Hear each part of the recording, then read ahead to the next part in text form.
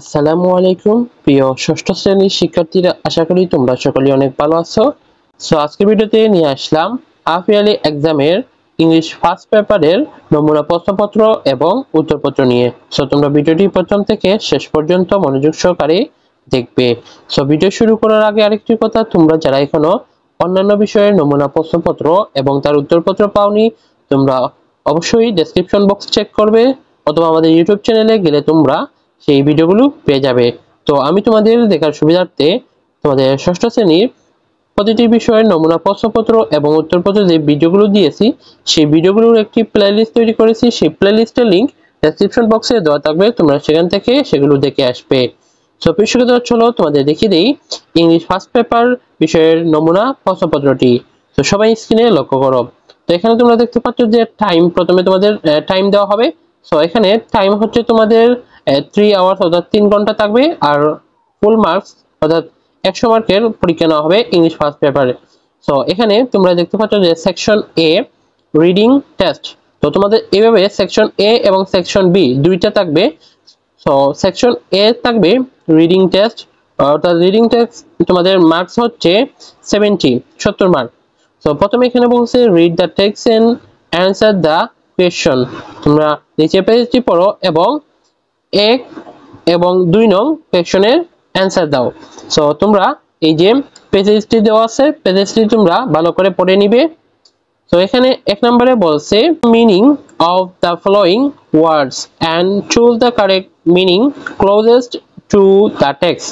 তোমরা কি করবে, এই যে এখানে 1 নম্বরে যে প্রশ্নগুলো দেওয়া হবে, এখানে একটি প্রশ্ন দিবে এবং 4টি অপশন থাকবে। অর্থাৎ তোমরা বলতে পারো যে সঠিক উত্তর আমরা এই যে বাংলা প্রথম পত্র গণিতে যে সঠিক উত্তর থাকে সেগুলোর মতো, বর্ণবিজনী প্রশ্নের মতোই এগুলো তোমরা 1 নম্বরে কি করবে, দাগাবে।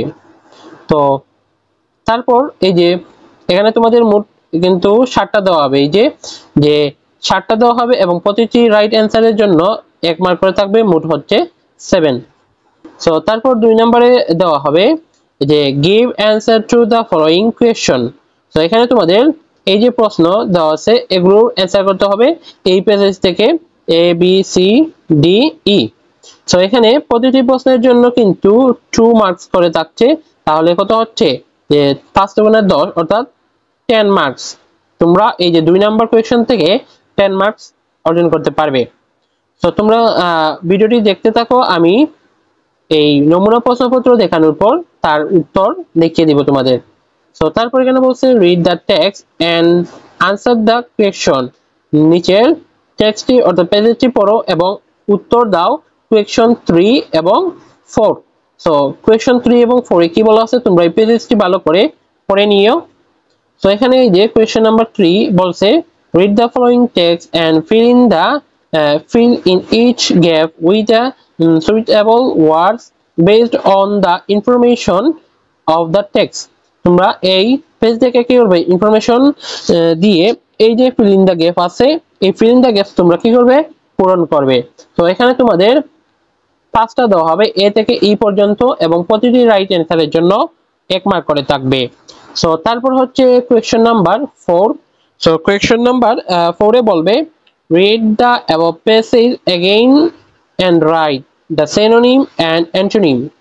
synonym মানে হচ্ছে সমার্থক শব্দ আর antonym মানে হচ্ছে বিপরীত শব্দ। of the word as directed below। নিচের এই যে শব্দগুলো দিয়েছে এই শব্দগুলো আমরা কি করব, synonym এবং antonym যে ব্র্যাকেটে যেটা থাকবে সেটা আমরা অ্যানসার করব। সো এখানে যে 1 নম্বরে ইন্ডিপেন্ডেন্স ওয়ার্ড দিয়েছে এখানে, তো এই ইন্ডিপেন্ডেন্ট ওয়ার্ডের ব্র্যাকেট এখানে লেখা আছে সিনোনিম, তাহলে এই ইন্ডিপেন্ডেন্ট এর সিনোনিম আমরা লিখব। এইভাবে কিন্তু এই যে সেলিব্রেট এর অ্যান্টোনিম লিখব, এইভাবে তোমাদের 5টি দেওয়া হবে। তো এখানে মার্কস হচ্ছে 5, প্রতিটি রাইট অ্যান্সারের জন্য 1 মার্কস। তো তারপর এখানে বলছে read the text and answer the question নং 5, 6 and 7। নিচের যে পেজটি পড়ো এবং 5, 6, 7 নাম্বার প্রশ্নের অ্যান্সার দাও। সো তোমরা এই পেজটি পড়ে নিবে ভালো করে। তো তারপর এখানে 5 নাম্বার কোয়েশ্চনে বলছে complete the following table with the information given in the page.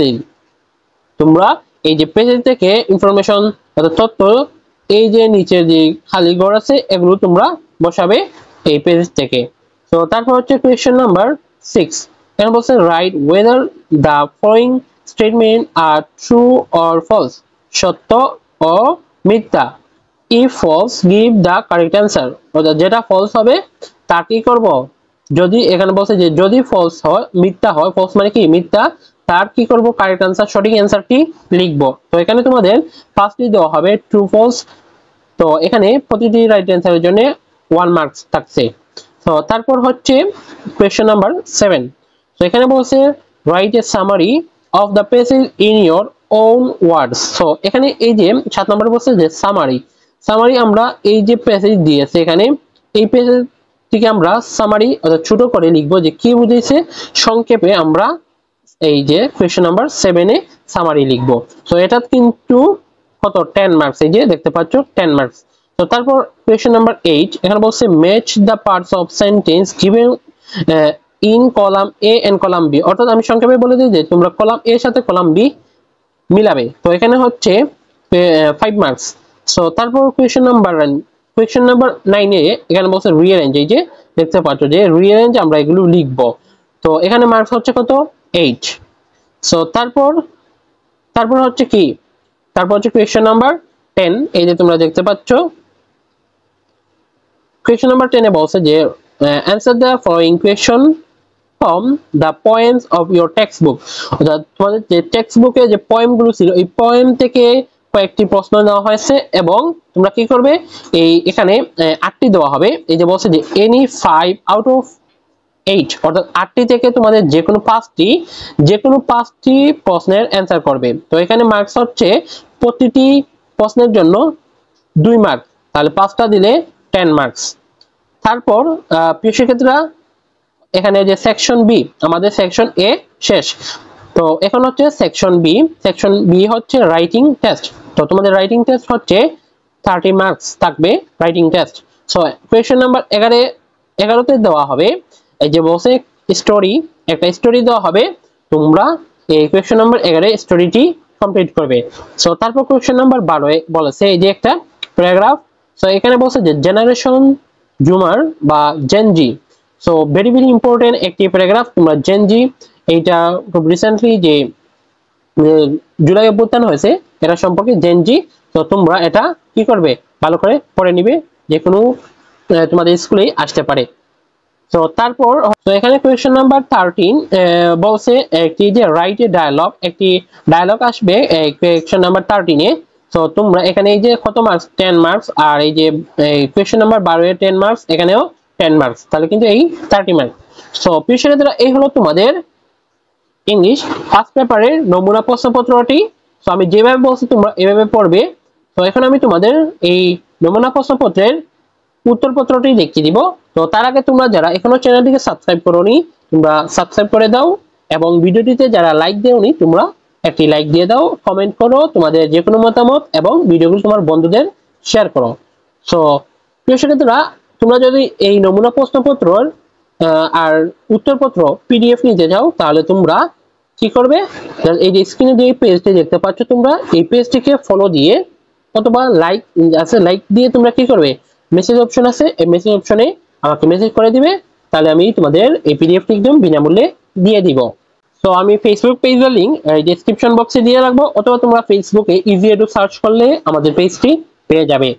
তো প্রিয় চলো তোমাদের প্রথমে সেকশন এ যে কোয়েশ্চেন গুলো ছিল সেগুলোর অ্যান্সার দেখিয়ে দেই, তোমরা এগুলো পড়ে নিবে। তো এই যে 1 নাম্বার কোয়েশ্চেনের অ্যান্সার গুলো এখানে দেওয়া আছে, তোমরা এগুলো দেখে নিও। তারপর হচ্ছে কোয়েশ্চেন নাম্বার 2 অ্যান্সার গুলো এই যে এ বি সি ডি ই পর্যন্ত দেওয়া আছে। তারপর কোয়েশ্চেন নাম্বার 3 এখানে এই যে এ থেকে ই পর্যন্ত দেওয়া আছে। তারপর হচ্ছে কোয়েশ্চেন নাম্বার 4 এখানে এই যে এ থেকে ই পর্যন্ত দেওয়া আছে। কোয়েশ্চেন নাম্বার 5 এর অ্যান্সার গুলো দেওয়া আছে। তারপর যে কোয়েশ্চেন নাম্বার 6, তো কোয়েশ্চেন নাম্বার 6 ছিল যে ট্রু ফলস। তো এখানে যদি বলা ছিল প্রশ্ন যে ফলস যদি হয় তার কারেক্ট অ্যান্সার লিখতে, তো এই যে এইভাবে লিখবে তোমরা, ফলস দিয়ে তার কারেক্ট অ্যান্সারটি লিখে দিবে, এইভাবে কোয়েশ্চেন নাম্বার 6 তোমরা লিখবে। তারপর হচ্ছে কোয়েশ্চেন নাম্বার 7 ছিল সামারি।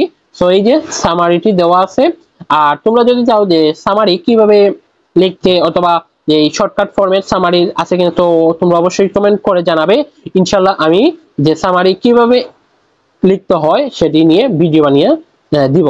সো এখানে কোয়েশ্চেন নাম্বার 8 এ এই যে কলাম ছিল এইভাবে তোমরা লিখবে পরীক্ষার খাতায়। তারপর হচ্ছে কোয়েশ্চেন নাম্বার 9 এ ছিল রিঅ্যারেঞ্জ, তো এই যে তোমরা বক্স দিয়ে লিখবে, এইভাবে বক্স দিয়ে লিখলে তোমাদের বেটার হবে, অর্থাৎ সবচেয়ে ভালো হবে। সো তারপর হচ্ছে কোয়েশ্চেন নাম্বার 10 এ পোয়েম থেকে তোমাদের কিছু প্রশ্ন দিবে, এগুলোর অ্যানসার এই যে দেওয়া আছে, তোমরা এগুলো দেখে নাও। সো তারপর হচ্ছে section B part writing test. So এখানে তোমাদের যে 11 থেকে 13 পর্যন্ত যে কোয়েশ্চেন গুলো ছিল, অর্থাৎ এই স্টোরি, তারপর প্যারাগ্রাফ এন্ড ডায়লগ, তো এগুলোর অ্যানসার তোমরা তোমাদের যে কোনো ইংলিশ গ্রামার গাইড থেকে তোমরা পড়ে নিবে, অথবা তোমরা অনলাইনে সার্চ করলে এগুলো পেয়ে যাবে। সো প্রিয় শিক্ষার্থীরা, এই হলো তোমাদের ইংলিশ ফার্স্ট পেপারের নমুনা প্রশ্নপত্র এবং তার উত্তরপত্র। আই হোপ তোমরা বুঝতে পেরেছো। সো ভিডিও শেষ করার আগে সর্বশেষ কথা, যারা তোমরা এই নমুনা প্রশ্নপত্রের এই উত্তরপত্র এবং প্রশ্নপত্র দুটার পিডিএফ নিতে চাও, তোমরা তোমরা কি করবে, জাস্ট আমাদের ইজি এডু পেজটিকে ফলো দিয়ে মেসেজ অপশনে মেসেজ করবে, তাহলে আমি পিডিএফটি তোমাদের দিয়ে দিব। আমি ফেসবুক পেজের লিংক ডেসক্রিপশন বক্সে দিয়ে রাখবো, অথবা তোমরা ফেসবুকে সার্চ করলে ইজি এডু পেয়ে যাবে। তো প্রিয় শিক্ষার্থীরা, সবাইকে নেক্সট ভিডিও দেখার আমন্ত্রণ জানিয়ে আজকে ভিডিও এখানে শেষ করছি। আল্লাহ হাফেজ।